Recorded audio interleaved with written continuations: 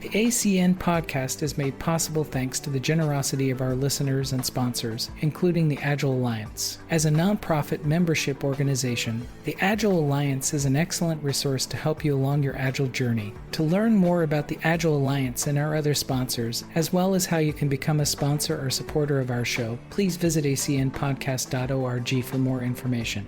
And thank you for your support.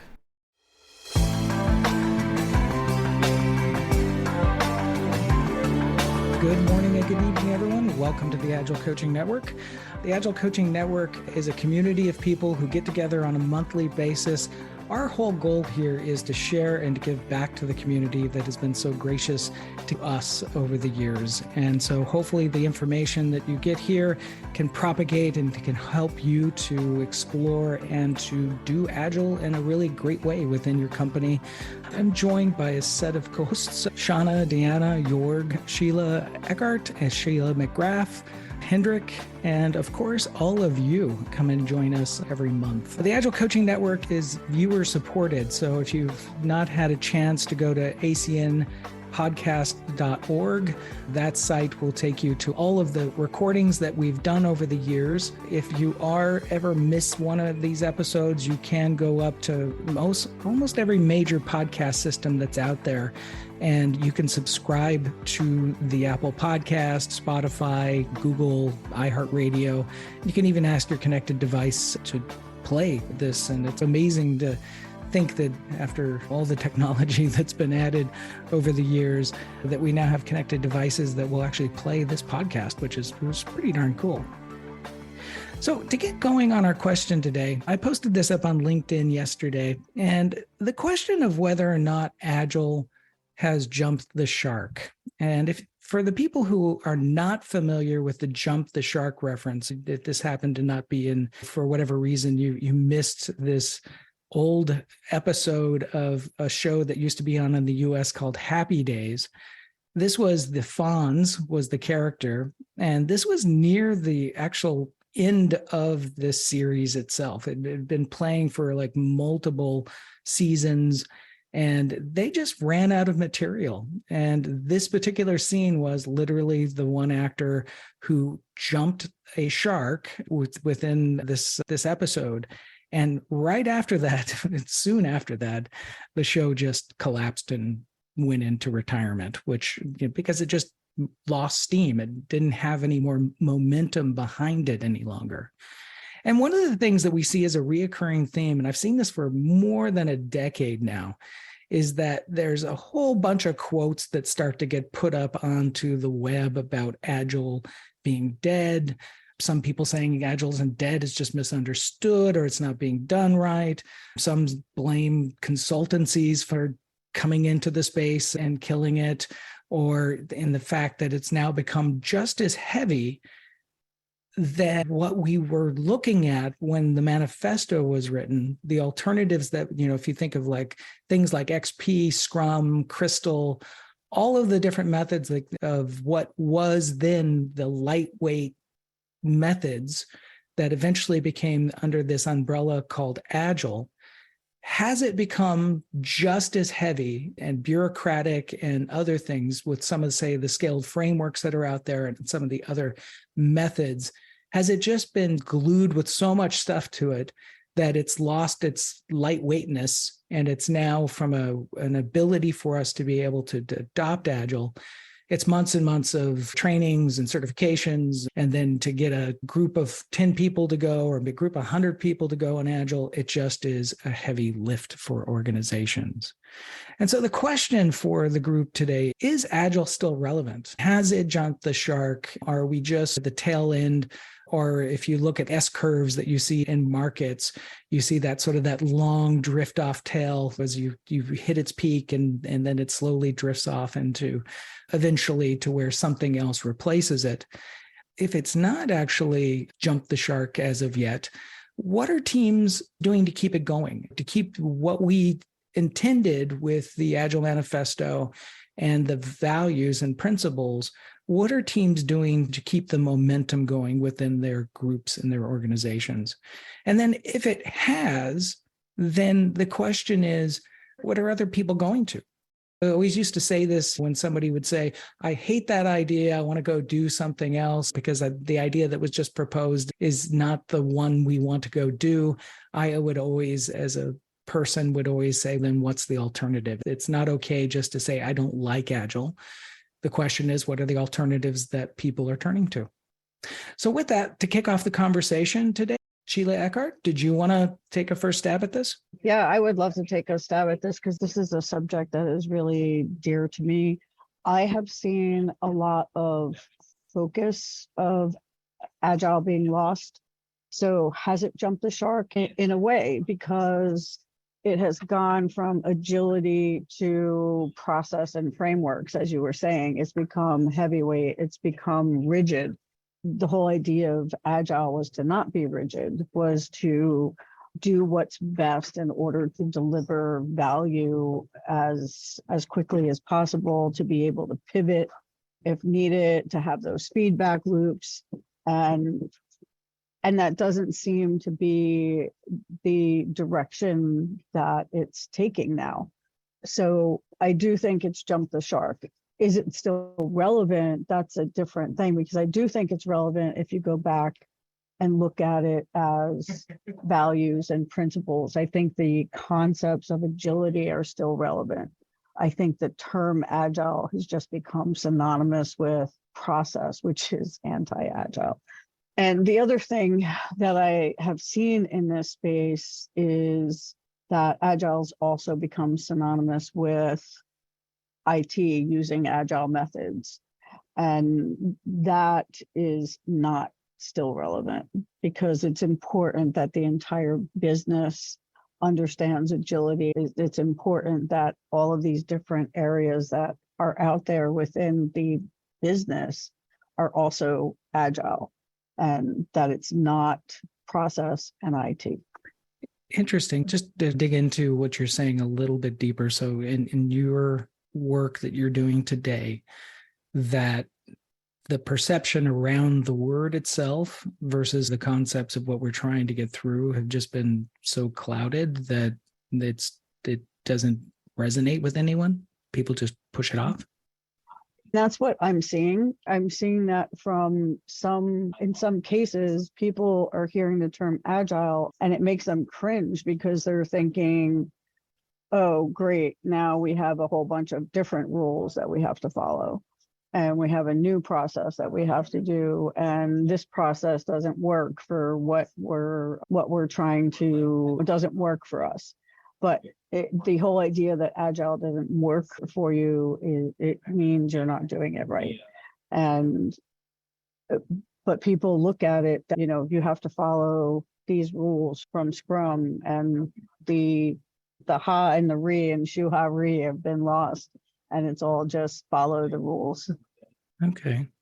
Thank you for that perspective. Let's see. Gail, you actually had your hand up as soon as Sheila was starting to talk. So did you have something? Yes. What Sheila said definitely resonated with me. So thank you for that, Sheila. I don't know that Agile's really jumped the shark, but it's actually trying to tame the elephant. And I believe that I agree. I'm working for a very large enterprise client right now, that it is definitely very process oriented. And it has to be when you're working with such large numbers. I have 5,500 teams now, plus everything like that, plus lots of programs and portfolios and things to manage.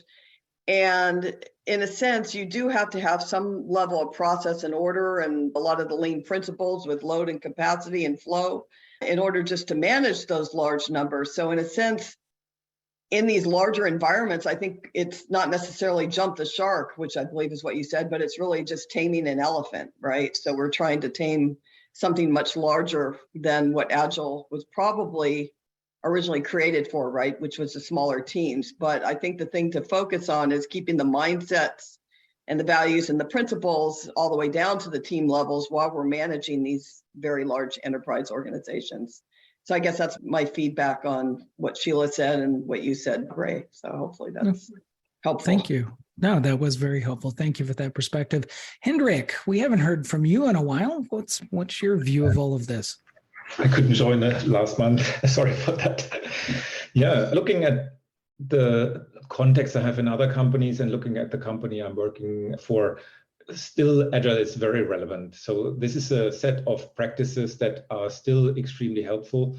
Has it jumped the shark? No, but I think one thing that has become very clear in the meantime, although some people maybe would not agree, I think Agile cannot be scaled. And all these attempts of scaling the thing is actually killing agility rather than increasing it, I think.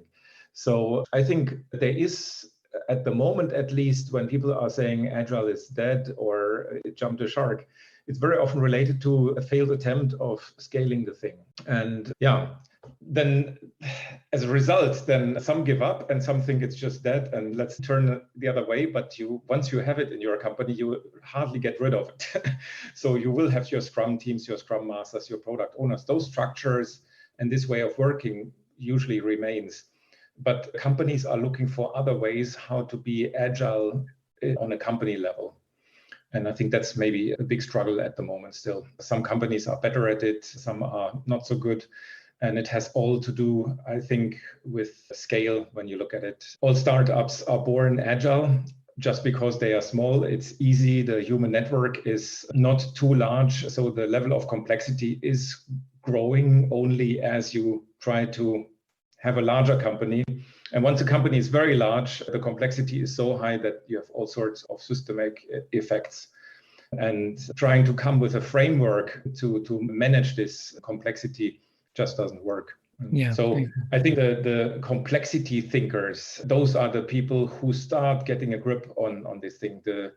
And I call them complexity thinkers and not system thinkers, because this, again, system thinkers often have a bit too much still the tendency of thinking this is a manageable system. There is a linear thing we can do here, but things are very non-linear. So we need to learn rather complexity thinking, I believe. I fully agree with that. And I think that what you were saying specifically about a lot of what Agile was born in was the fact that we knew we couldn't define the requirement.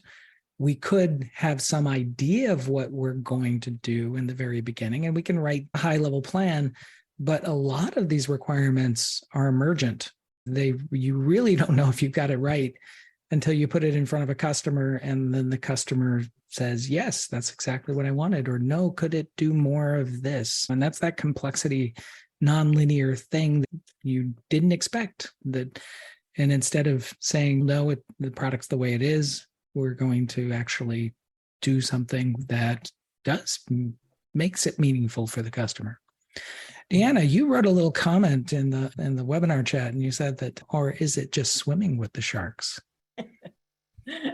Sometimes I think, as I talk to coaches in different organizations, it feels to me like they're saying, hey, I'm swimming with the sharks now. What do I do? And as I wander through the Agile space and visit different organizations and talk to people in different organizations, I see a lot of Agile being very relevant still in, like you said, either startups or smaller companies, a handful or fewer teams working there.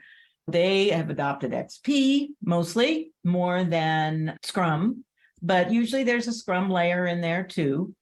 And they're working well, working happily. I see them getting some great successes out of that.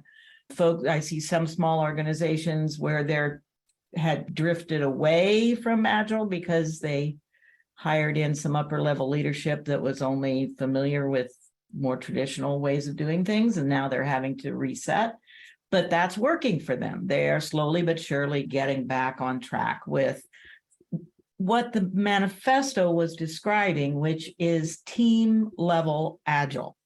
They were focused on software teams and individual software developers working together in teams. And when things started to move toward larger organizations, the larger organization context and environment and culture and bureaucracy was inevitably going to have some influence on how Agile happened there. And that was one of the first things way back but even before the manifesto was written, when I was in my first extreme programming boot camp with Joshua Karyevsky and Eric Evans. We had a great simulation of a team doing a XP development project. And at the end of that week, that boot camp week, my observation was customers aren't going to know how to participate in this because they were talking about on-site customers. So we're going to have to teach them that. Managers aren't going to know how to manage this because this is outside of what they've been doing all this time. And it's organizational change. And so somehow we have to build in that capability to do organizational change in order to make this work for folks. So as long as the company or the organization is small and the leadership is on board, and Agile is extraordinarily relevant. But when we start moving out into that larger space where it means really significant organizational change management and those kinds of things, then different organization design than what people are used to and so on, that becomes extraordinarily difficult in particularly the larger the organization is. And when you start getting up to the organizations like Gail talked about, how I don't know how many thousands of teams and so on, it becomes a huge challenge. And maybe we need a different approach in those places rather than trying to bolt on some kind of Agile Frankenstein monster to it. I'm moving away from my shark metaphor here, but anyway, It's building Frankenstein. the right shark cage to dip into the water. Maybe we need to think about things differently. And there are a lot of folks out there doing that, like the Beyond Budgeting folks and the similar style folks. And there's a lot of other folks doing work very similar to Agile work that is more tightly connected to other parts of the organization and not just the IT and software, as Sheila and Gail were saying, and Henrik. So I think that rather than jumping the shark, which is getting to the other side of it and avoiding the shark entirely, I think we ended up swimming with the sharks in many instances. And that's a very risky and dangerous place to be.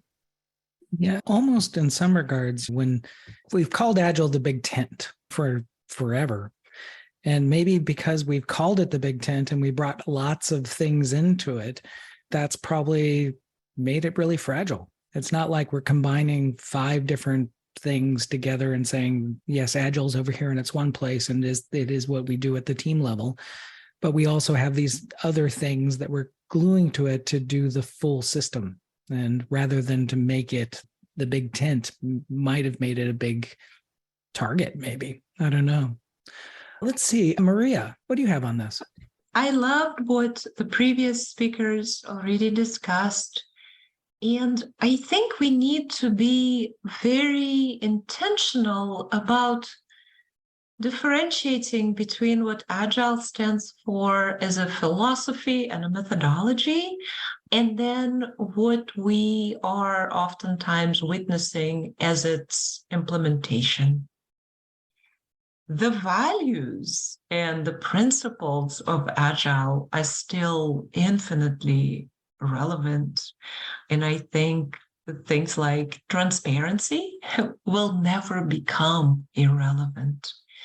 But then to go back to the wonderful metaphors you guys already explored today, when it becomes a huge tent and when we're fitting in sharks and elephants in the tent, when it becomes one safe adoption after another, then we're losing those initial values, or at the very least, we're in danger of losing those initial values. It was always meant to be a lightweight framework.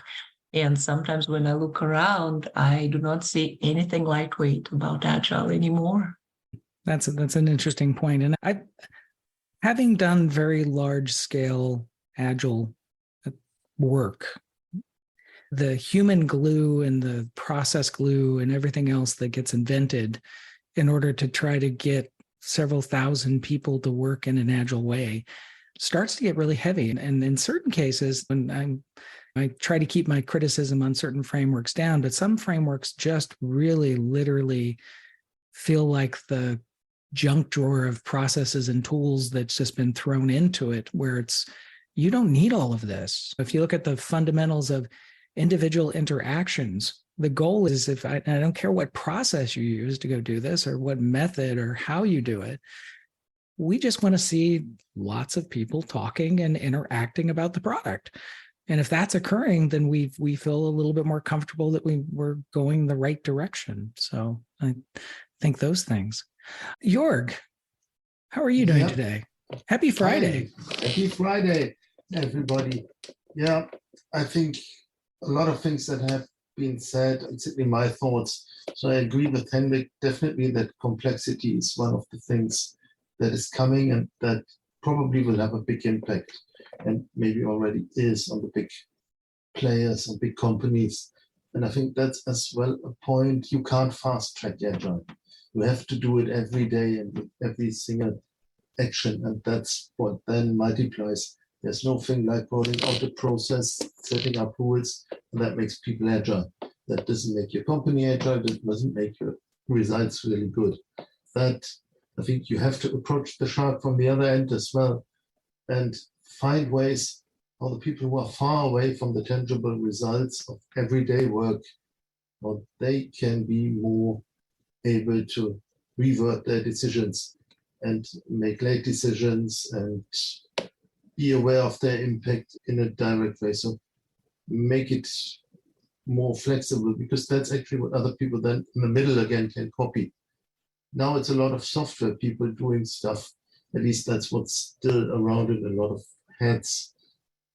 And it's hard to apply it on other points still that are less tangible.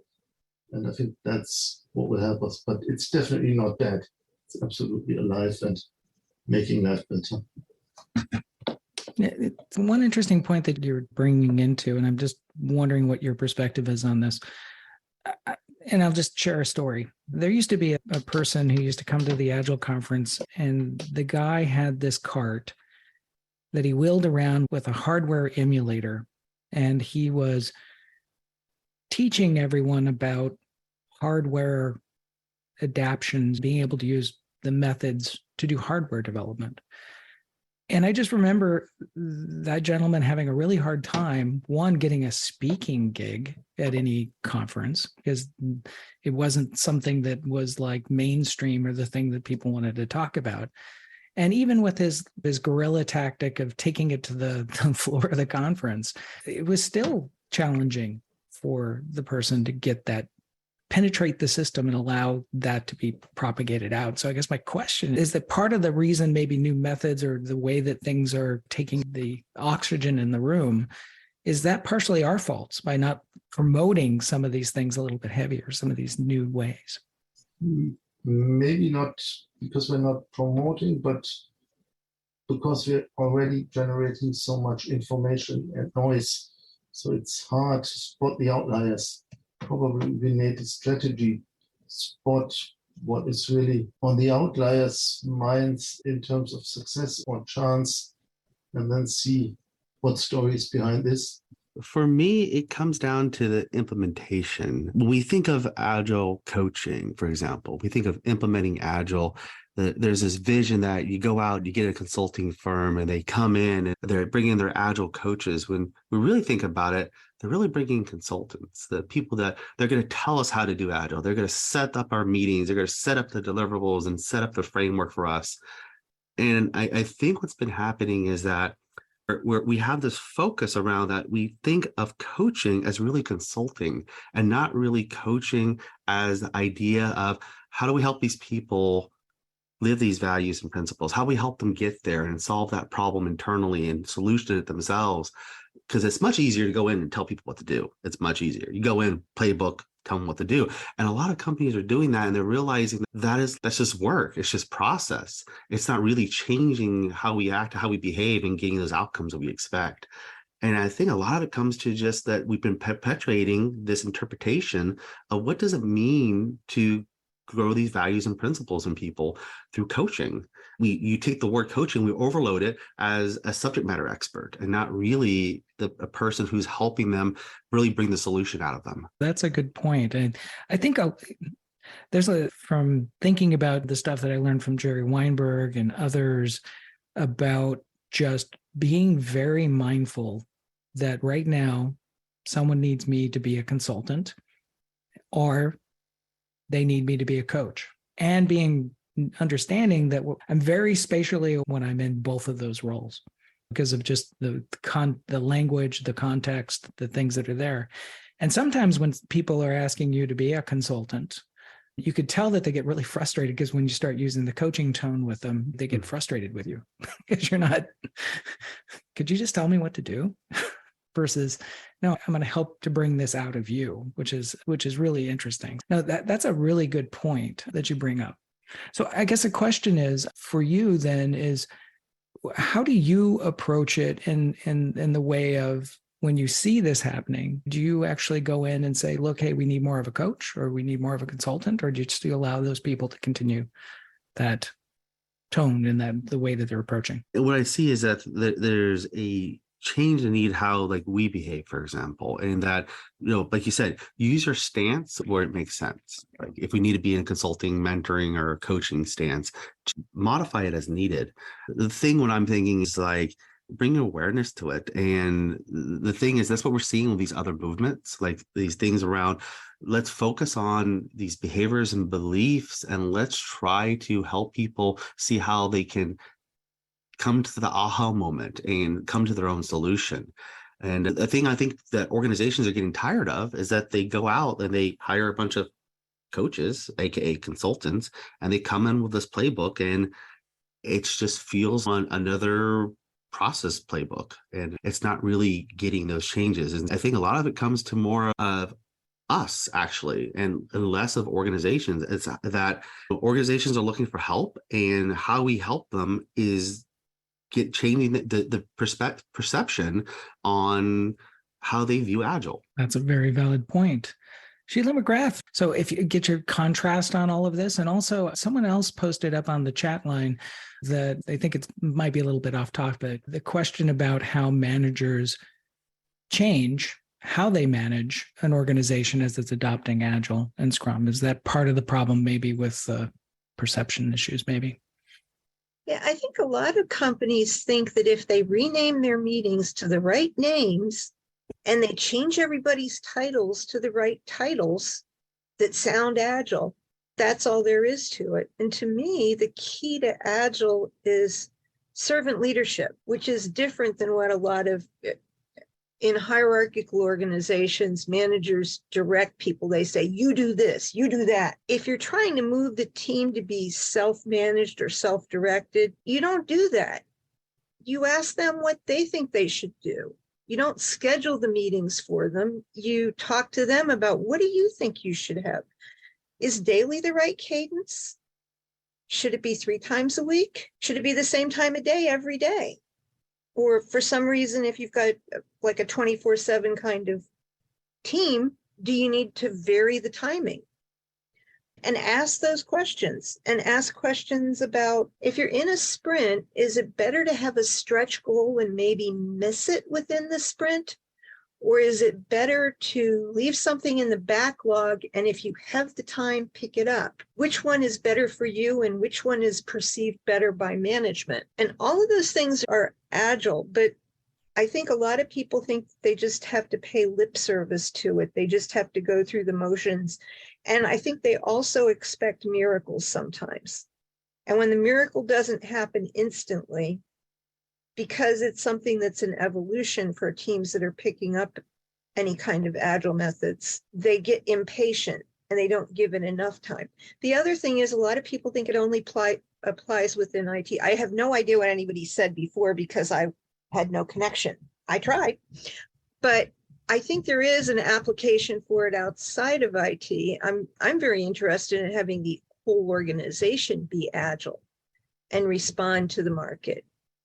But I think a lot of people are still thinking of Agile as something that's strictly inside of IT. And then it sometimes butts heads with whatever is being used in the rest of the organization. A lot of times I've had to translate what I was doing on an Agile project, even within IT, to match up with the rest of the organization because everything else was still waterfall or something else that was not the same. And you spend an awful lot of your time translating things back and forth between methods that people are using. And I don't think that's a failing of Agile. I don't think that's a failing of the other methods either. But I think an organization, I think the keys are things like servant leadership. I just keep coming back to that you need to, it's the give a man a fish, he eats for a day, teach a man to fish, he eats for a lifetime. It's the same thing with Agile, as far as I'm concerned. Yeah, I think part of the cultural norms that you bring out, and I'll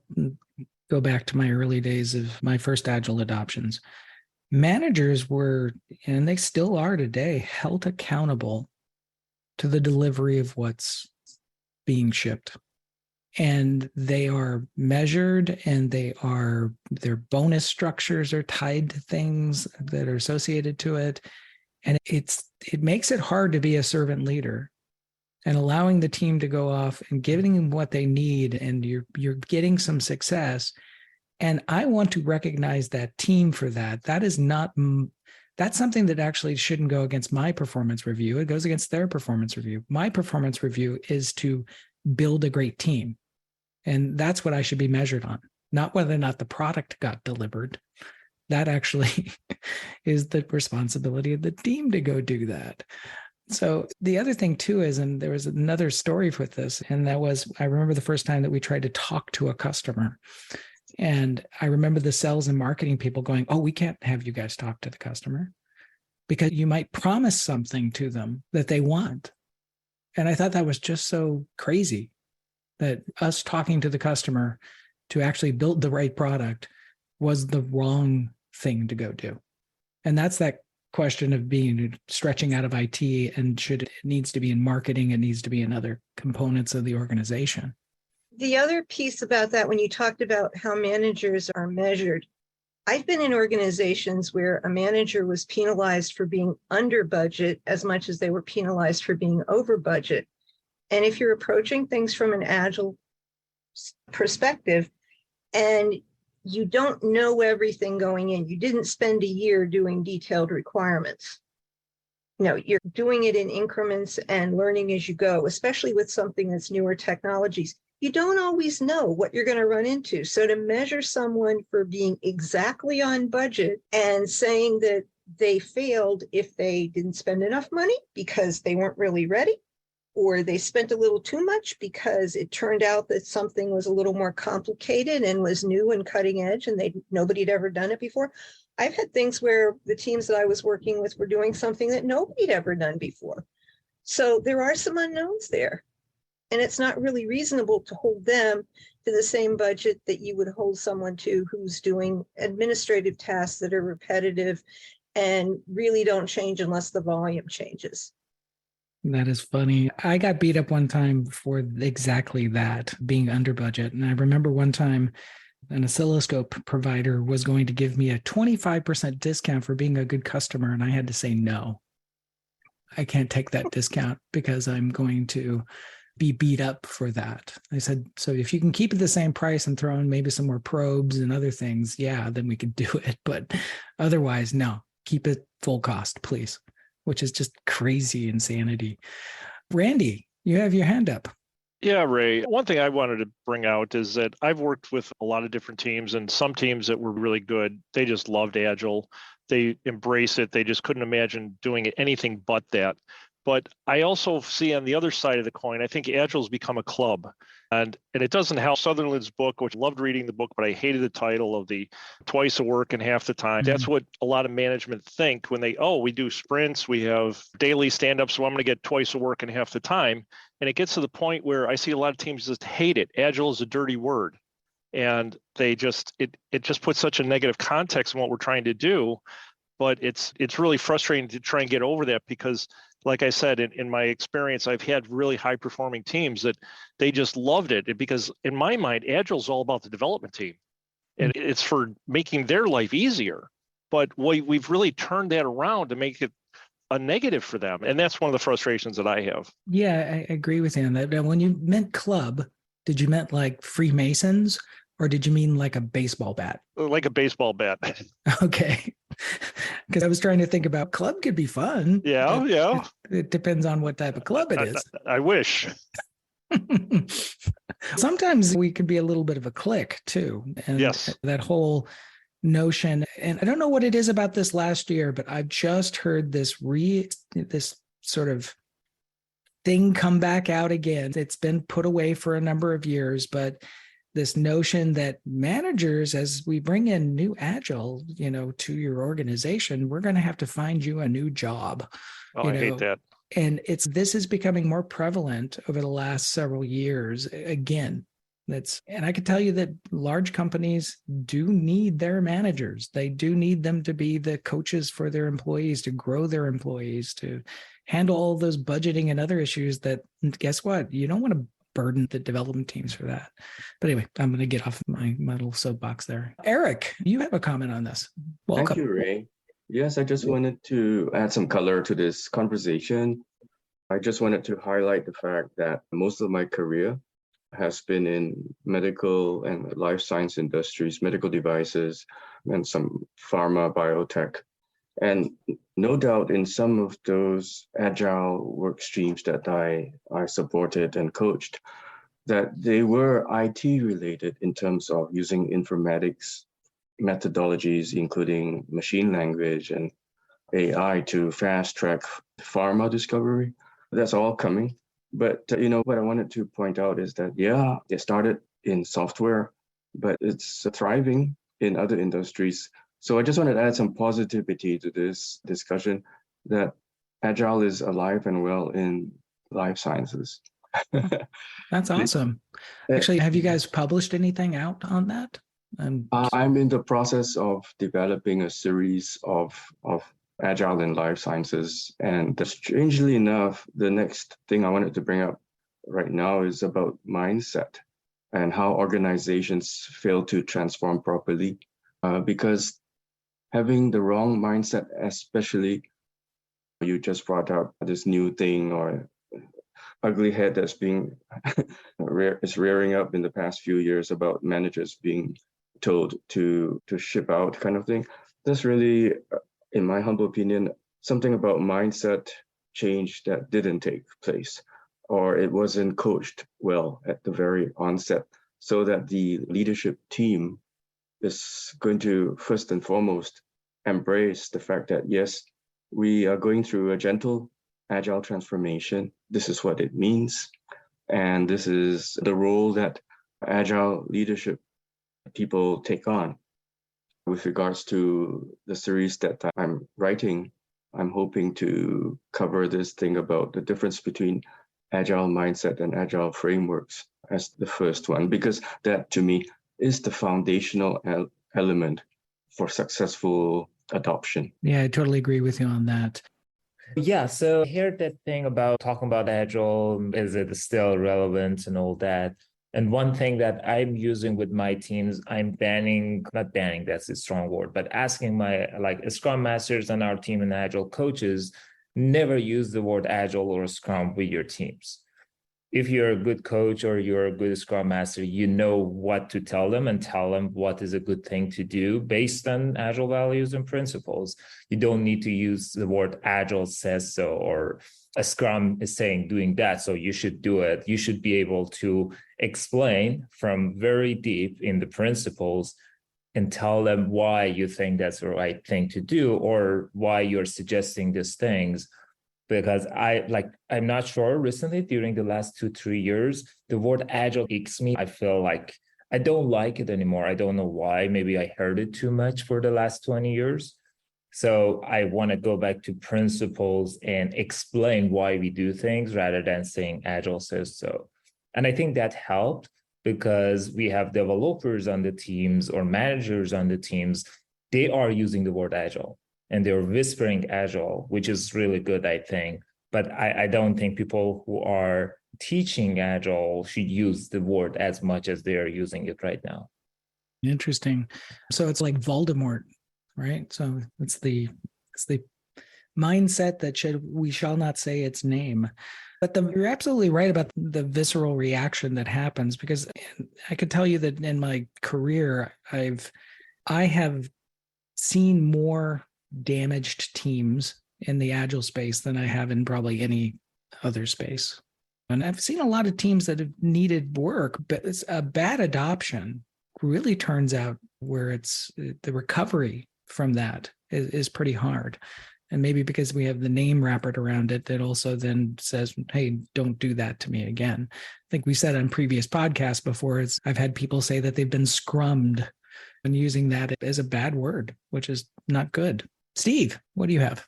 Okay, this has been some very interesting discussion. I've had to bite my tongue, but anecdotal information to the fellow who was saying Scrum and Agile became a bad word or bad words. I worked at a company like that. Prior to getting there, they said we tried it, it didn't work for us, so we weren't allowed to do it. Yet me and my co-manager, we started talking about our not a Scrum board or our not a Agile this, using the words, but explicitly putting not a in front of it. And it seemed to make management happy. And yet the development team understood what was going on and was happy with it. Another company I worked for, they were going through an Agile adoption. It was corporate wide. It was going supposedly from top down, from the C-level on down. And it was across the board, not just for IT. And so we were in this one planning meeting and we were talking to our upper management and they were describing what they needed.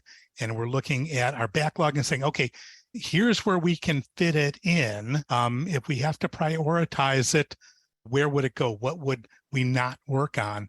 And the guy literally says, I'm an effing vice president.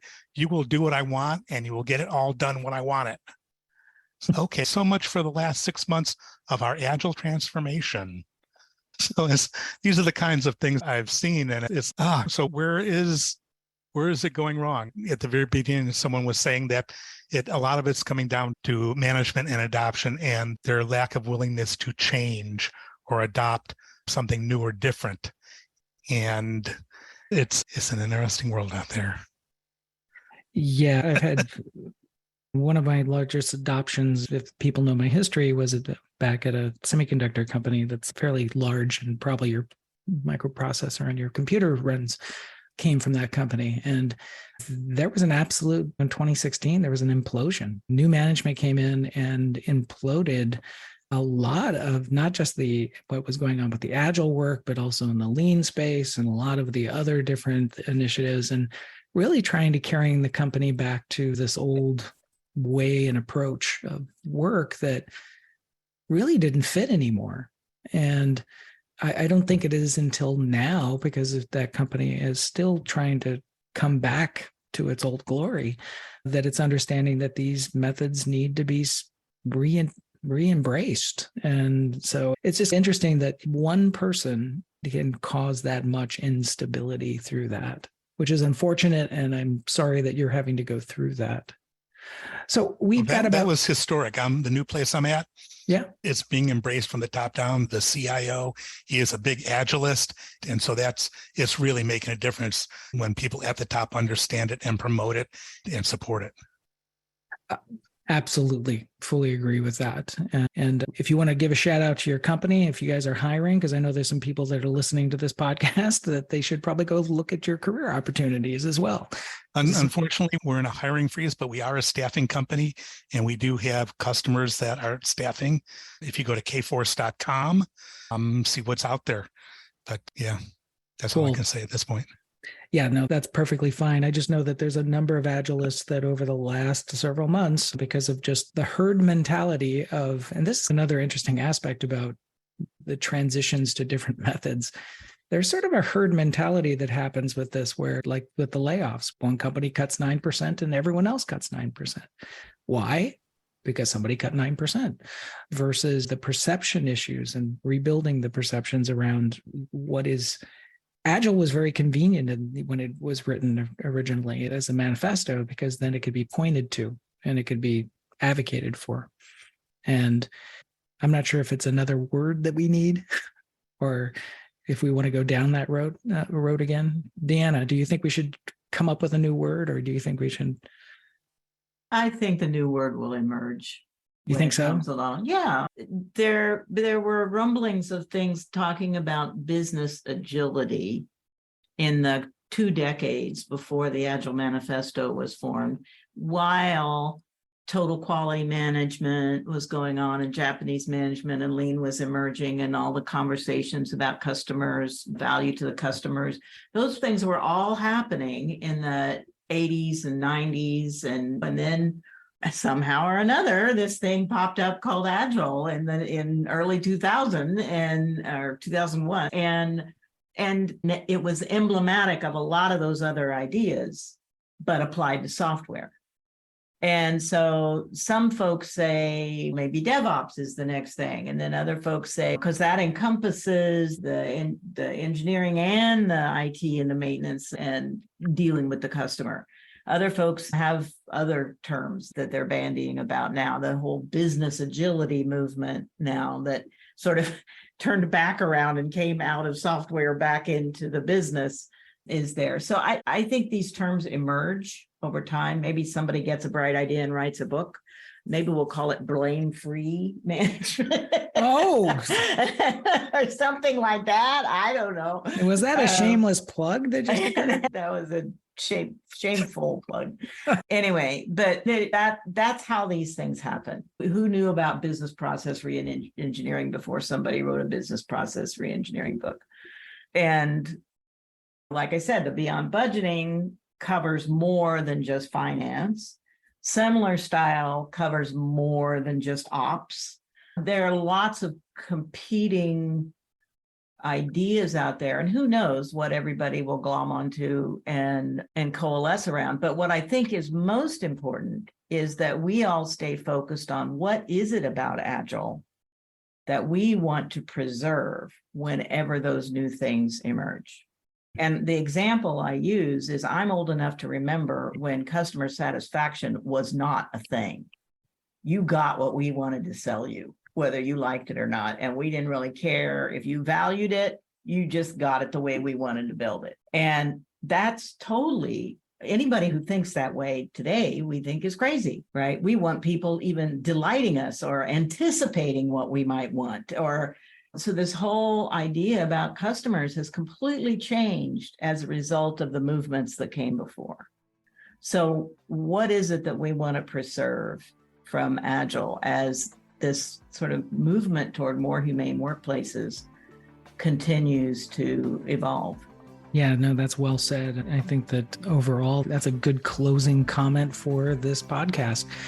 Thank you, everyone. I want to appreciate, we had a really great conversation. I think that as I saw hands going up and the circle getting bigger, it always excites me. The other thing is I want to thank also now that the Agile Alliance is now a sponsor again for this effort. We had some conversations with them and that they wanted to come back and become a sponsor for this show, starting to on the website and other things, promoting the Alliance and their work. And of course, we've got the Agile conference coming up over the summer. So if you guys get an opportunity to go there, I will be a speaker at the Agile 2023. I've got to get my years down here because I've been going to it for so many years. And I'll be speaking about communities of practice and why they're important to the overall effort. And Deanna, you're also a speaker, correct? I am doing a panel on Thursday about retrospectives. And on Wednesday, Tricia Broderick and I have one of the 3-hour workshop slots. So I'm actually pretty excited about the conference. Next month, we're going to be doing the Business Agility Lab at the Agile Testing Days event in Chicago next month, which will be also fun as well because they're going to have it as partially in the nighttime. So we're in a nighttime entertainment doing business agility part of the workshop then, and then we have a couple of other sessions throughout the whole Agile Testing Days. And if you're not familiar with that group, they put on a really great event. And they're going to be over in Chicago on, the dates are slipping my mind, end of May. You can go actually up to my website, thenewagility.com, and you can find the plug for the Business Agility Lab. Or actually, you can go to bizagilitylab.org, and you can also see the information there as well. Beyond that, if you're like us over here in the Portland area, we actually have blue sky for the first time. It was snowing last week, but now it's blue sky and 80 degrees. So I think we're starting to get into the summer, which will be at least the official real spring. Hopefully everyone who's on this side of the planet is experiencing the same thing. And then those of you who are going into the winter season on the other half of the planet, I hope you guys have a tremendous winter as well as you guys are shifting into your fall. So with that, everyone, hope you have a great month, and I look forward to hearing you guys next month.